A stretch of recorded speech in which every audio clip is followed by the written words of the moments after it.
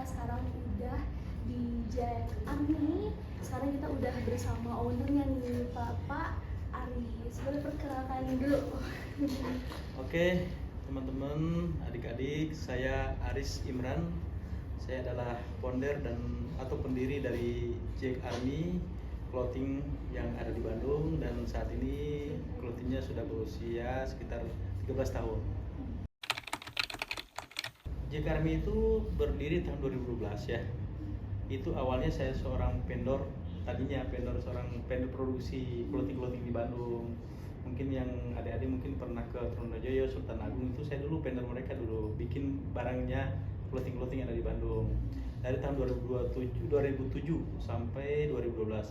Nah, 2012 itu saya mulai berani untuk membuka brand sendiri dengan nama Jack Army. Jack Army itu sebetulnya dari nama orang juga sebetulnya sih. Jack itu dari nama adik gitu ya. Dia seorang TNI, dan Army itu kan ya TNI gitu ya. Jadi Jack Army jadinya. Nah gitu. Itu awal. Motivasi utamanya adalah memang apa ya? Saya tuh dari dulu pernah bekerja, tapi tujuan saya waktu itu bekerja untuk cari pengalaman, karena memang di mindset saya itu saya nggak mau jadi pekerja, saya harus jadi bos gitu. Jadi kenapa saya selalu tiap bekerja itu ekspektasinya itu ada yang pengen jadi founder gitu. Jadi kenapa ada saya jadi seorang bos itu, atau seorang pemilik gitu ya, karena emang dari awal itu bekerja itu hanya sebagai jembatan aja untuk jadi mencapai tujuan itu. Mungkin itu jadi pengalaman Bapak untuk bekal Bapak. Betul. Sekarang di bidang yang Bapak minati ya. Jadi trigger seperti itu.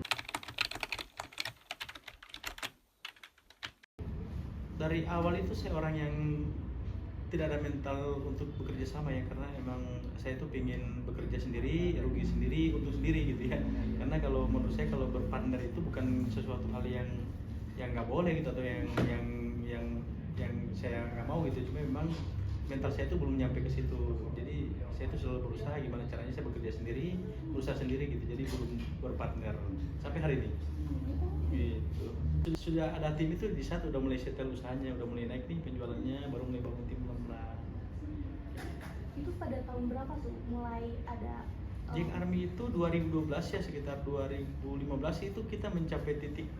Saya dulu waktu itu 2015 itu Jack Army udah 110 titik dulu kota, tapi itu dibangun dengan sendiri gitu ya, tanpa bantuan tim yang solid juga gitu. Semua masih dikerjakan ya istilahnya masih Superman lah ya kan gitu. Jadi belum benar-benar semua kita bangun tim. Nanti kan saya bangun tim itu nanti di 2019 setelah pandemi, karena memang butuh beberapa tim. Jadi saya mikir juga bahwa semakin banyak yang tim yang kita libatkan, semakin penjualan semakin naik juga pastinya gitu. Saat ini yang stay di sini ada 30 orang lah kurang lebih, dan di produksi ada sekitar 40 orang, sekitar 70-an lah. Betul, di produksi dan di operasional itu kan ada macam-macam, ada tim dari tim marketing, tim dari operasional gitu ya, terus dari grup dari finance ya gitu ya. Itu dibagi dalam 3 divisi. Jadi setiap divisi itu membawahi beberapa tim gitu. Seperti marketing membawahi tim konten maupun tim sales itu segala macam. Udah ada divisinya masing-masing ya. Ya, untuk operasional tuh ada admin ya kan, buat kita kan sekarang lebih banyak ke marketplace ya. Jadi benar banyak tim kita yang bergerak di ini masing-masing gitu. Ada yang dari ngurusin ads-nya, iklan segala macam. Karena sekarang penjualan online lebih meningkat ya dibanding secara outletnya gitu. Sekarang eranya sih. Iya, udah. Ya dulu zaman saya dulu itu masih 2012 itu kalau punya brand itu agak berat banget, karena harus punya buyer. Ya kan, punya buyer itu reseller lah gitu ya, atau enggak kita punya toko. Nah kalau kita nggak punya dua itu, kita sulit untuk ngejualnya gitu. Nah sekarang itu udah gampang banget, apalagi sekarang anak muda sekarang ini kalau mau jualan tuh udah gampang banget. Ya karena yang penting mau berusaha aja, karena ilmunya udah ada. Kita buka toko di TikTok, di Shopee itu udah gratis. Ya kan, tinggal kita mau apa enggak kan gitu. Apa kita tertarik apa enggak, atau kita mau memulai enggak gitu. Cuma kalau kita nggak mulai kan juga nggak jadi. Ya butuh ilmunya doang sebetulnya. Kalau memang butuh ilmu dan kemauan paling utama lah nomor satu. Kita udah punya kemauan, ilmu nyusul lah gitu. Itu sih utamanya. Dulu nggak seperti zaman saya dulu 2012 itu, 2010 2011 itu udah sulit banget. Bukan sulit ya, agak berat lah gitu kalau punya brand. Kita harus punya kapital gede, punya modal gede. karena satu harus kita punya toko nyewa toko udah berapa kan gitu. Ya kita kan udah punya ini, udah punya rules modelnya gitu ya untuk desain harus seperti ini gitu, punya standarnya gitu ya. Jadi memang kita juga ada standar khusus gitu ya. Jadi memang kita pastikan orang yang bekerja di desain, orang yang menguasai juga di desain gitu ya, terus orang yang paham. Ya mungkin kalau gudang sih nggak terlalu ini gitu ya, kita nggak terlalu harus kita ngajarin juga nggak masalah. Jadi orang nggak ngerti gudang itu ya bisa gitu kita ajarin gitu. Ya cuma kan untuk hal-hal divisi tertentu gitu ya, memang kita butuh orang yang ngerti dan ahli bidangnya. Apalagi kita di industri kreatif kayak gini kan memang kita butuh develop produk gitu kan, butuh R&D, butuh kreativitas gitu. Jadi kita yang dibutuhkan di situ bukan cuma sekedar bisa kerja apa enggaknya, lu kreatif nggak gitu aja. Jadi kita udah punya kriteria khusus untuk merekrut tim itu. Mungkin untuk bagian desain itu waktu perekrutan gitu, Bapak itu ada simulasinya dulu nggak? Atau emang mungkin dilihat dari pengalamannya atau bagaimana gitu? Dan banyak faktor yang kita bisa lihat ya, dari pengalaman bisa, dari kita juga setelah itu kita uji juga gitu, kita tes juga gitu kan. Memang kan yang daftar kita kan pasti banyak, kalau mama kita buka lowongan untuk desainer nih, udah pasti banyak yang daftar ya kan. Memang pasti banyak yang butuh juga gitu ya, dan banyak yang memang pilih juga gitu. Cuma memang kita butuhkan apa yang bukan karena jagonya sebetulnya sih gitu, kita juga butuhnya dengan karakter yang kita punya. Mama JKRM itu kan punya karakter sendiri nih, itu nyambung dengan ide-ide dia gitu. Mungkin lebih ke selektifnya ke situ, kita oh ini orang masuk nih karena dia punya ide-ide banyak sesuai dengan jalurnya si JKRM sendiri.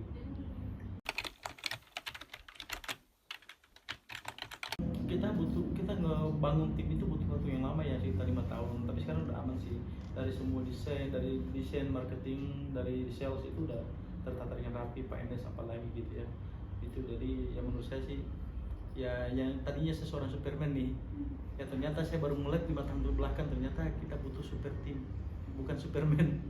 Ya kan gitu. Jadi ya perusahaan atau usaha yang punya manajemen yang baik pasti juga akan meningkat di penjualan, akan naik growth, bisa scale up. Kalau kayak pemimpin saya tuh orangnya santai ya, nggak terlalu di pressure gitu ya. Cuma memang ada apa namanya, ada target-target tertentu gitu, dan itu mungkin nggak terlalu nggak nge-pressure ke tim seperti apa gitu ya. Tiap hari datang atau harus target enggak. Tapi memang ya, saya kan memang bekerja di industri kreatif. Di saat kalau tim kita di pressure terlalu berat juga pasti bakal nggak keluar ide-idenya gitu. Jadi saya selalu apa namanya, membuat tim saya itu relax gitu, membuat mereka tuh enjoy biar bisa menghasilkan ide-ide yang bagus. Jadi kita nggak apa namanya, di sini tuh santai banget. Ya santai juga, malah ada tim desain kita malah nggak ngantor malah. Ya artinya itu kan banyak banget kemudahan di sini gitu. Tapi ya itu tadi, kita punya target, punya batas-batasnya. Memang kita ya mau apapun lu kerjain dari mana, tapi kalian tuh punya target gitu. Seperti itu. Dan di saat dalam pengambilan keputusan nih, Bapak tipe yang emang membuka open minded untuk timnya juga membuka pandangannya, atau mungkin Bapak memutuskannya sendiri itu bagaimana? Oke, ini bagus nih. Jadi saya tuh orangnya tadinya saya handle semua keputusan. Aslinya seperti itu. Tapi sudah saya belajar banyak gitu tentang kepemimpinan, tentang orang-orang, banyak belajar di orang-orang sukses gitu ya. Saya banyak belajar, saya juga aktif di asosiasi CEO Mastermind namanya. Dan pembina kita itu ada Pak Mardiku, Pak Sandiaga Uno, Pak Gita Beriawan mungkin tahu, Pak Helmi kan, mereka tuh orang hebat ya. Jadi saya tuh banyak belajar sama mereka. Ternyata jadi saya tuh tadinya saya seorang Superman yang semua keputusan saya ambil sendiri, tapi saya dengan banyak belajar dari mereka, saya udah mulai ngasih ke tim saya. Jadi bebas ini, lu punya keputusan apa nih gitu. Di saat mereka udah menentukan, baru mereka boleh ke saya gitu. Saya yang nentuin. Tapi kalau mereka udah masih sanggup gitu, udah saya serahin. Sepanjang kita punya sepanjang keputusan itu bisa membawa nama baik perusahaan maupun nama bisa ngangkat perusahaan. Saat ini saya lebih kebuka sih. Awalnya mungkin apa ya, kenapa lebih kebuka sekarang, karena mungkin saya paham bahwa saya udah lama di industri ini, dan mungkin saya nggak sekreatif adik-adik sekalian gitu ya, yang punya darah muda, yang masih fresh graduate gitu ya. Kalau saya juga sekarang udah memahami betul bahwa saya itu nggak kreatif. Karena saya banyak udah lama bermain di industri ini, masih paham lah soal industri ini. Cuma kalau untuk pengambilan keputusan untuk kreativitas itu saya udah nggak terlalu banyak terlibat. Itu saya serahkan ke tim-tim saya karena tim saya juga banyak dari anak-anak muda gitu ya. Dan itu jadi kalau saya udah mulai usianya di atas 30 juga saya udah mulai nggak dikasih buat bikin konsep gitu. Karena emang pasar kami ini memang lebih ke anak-anak muda usia 17 tahun sampai 30 tahun gitu. Jadi Nah, untuk selanjutnya akan dilanjutkan sama saya ini dalam konteks sistem kerja. Nah, di sini tuh bagaimana sistem kerja yang diterapkan? Apakah jam kerjanya sudah fleksibel atau ada sistem tertentu? Nah, di sini tuh jam kerjanya fleksibel ya. Jadi tapi ada juga sistem tertentu yang memang ikutin jam kerja ya 7 jam, ada juga 8 jam macam-macam lagi. 8 jam itu termasuk istirahat ya. Itu udah biasa dan memang ada beberapa waktu kita juga ada beberapa session memang kita ada lembur segala macam. Dan itu normalnya seperti biasalah kerjanya. Cuma memang beberapa tim yang memang kerjanya fleksibel, ngikutin yang penting nyetor waktu, nyetor kerjaannya gitu. Itu biasanya dari marketing. Cuman beberapa tim kantor yang memang mereka kantor admin itu mereka kantor biasa. Cuman ada kayak marketing, sales itu mereka yang penting target tercapai ya nggak usah kantor nggak apa-apa gitu. Nah, selanjutnya Ya kita ada dari HRD juga kan ada KPIM namanya, jadi bukan key performance apa sih namanya, kita ada monitoring juga gitu, jadi bukan cuma lihat evaluasi kerjaannya tapi kita ada monitoring juga gitu. Kita ada jadi ketahuan tuh kalau mama perform bulan ini bukan, jadi kita nggak tes itu bukan dari pencapaian omset ya, dari perform individualnya juga. Jadi ada dua kita cek, individualnya sama target yang kita kasih.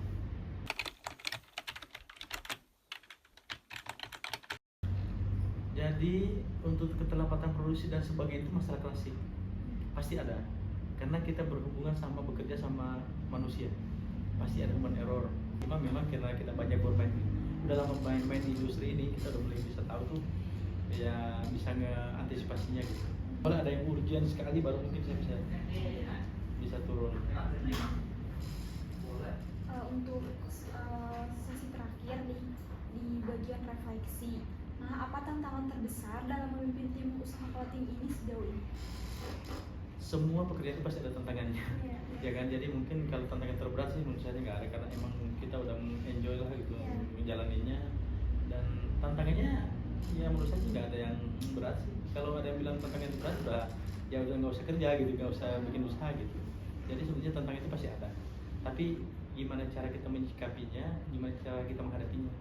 Kalau kita bawa stres ya pasti stres kerjaan apapun gitu ya, ya udah dibawa enjoy aja, karena emang ini bagian dari industri ini, pasti ada problem gitu. Gaya pemilihan saya pakai sekarang ini mungkin karena memang udah termasuk juga karakter saya, karena saya udah nggak terlalu ribet lah gitu orangnya gitu, nggak ribuh gitu ya istilahnya. Jadi ya mungkin udah bawaan saya juga, dan menurut saya tuh kalau memang bisa diterapkan di usaha yang lain gitu, selain fashion pun gitu ya, tentunya gaya pemilihan begini memang udah harus gitu untuk saat ini. Karena apa ya? Karena Gen Z ini udah nggak bisa ditekan, nggak kayak dulu, nggak bisa di pressure kita harus kerja dulu, nggak bisa. Jadi kita kasih target aja gitu. Jadi saya udah mulai memahami ternyata anak-anak Gen Z sama milenial itu seperti itu. Jadi apalagi saat ini tuh itu banyak banget anak-anak Gen Z atau milenial sekarang tuh lebih senang bekerja di startup. Startup itu memang lu kerja di rumah gitu, lu kerja di kafe, yang penting kerja lu beres. Itu udah paling cocok saat ini. Dan satu pesannya ini buat anak-anak muda ya kan, boleh belajar itu jangan berhenti belajar. Dan saya tuh ini sekarang baru mulai ternyata investasi dari ke atas lebih penting daripada investasi yang lain.